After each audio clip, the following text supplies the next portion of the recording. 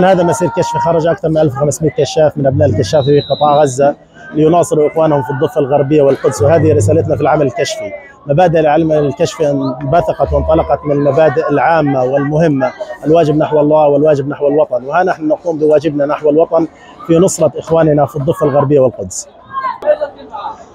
دائما ما تخرج الكشافه الفلسطينيه نصره لأرضنا المحتلة، نصرة للقدس والضفة، واليوم خرج أكثر من 1500 كشاف من جميع المراحل والفئات السنية والمراحل الكشفية، خرجوا ليعبروا ويوصلوا رسالتهم أننا نساند إخواننا في الضفة الغربية والقدس.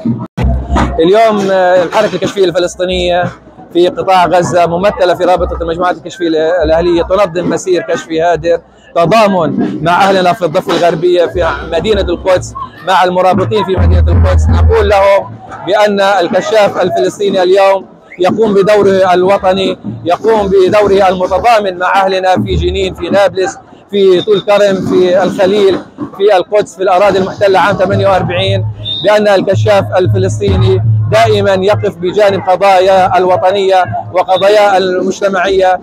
نحن اليوم نقول لأهلنا نحن بجانبكم حتى تحرير فلسطين من البحر إلى النهر إن شاء الله.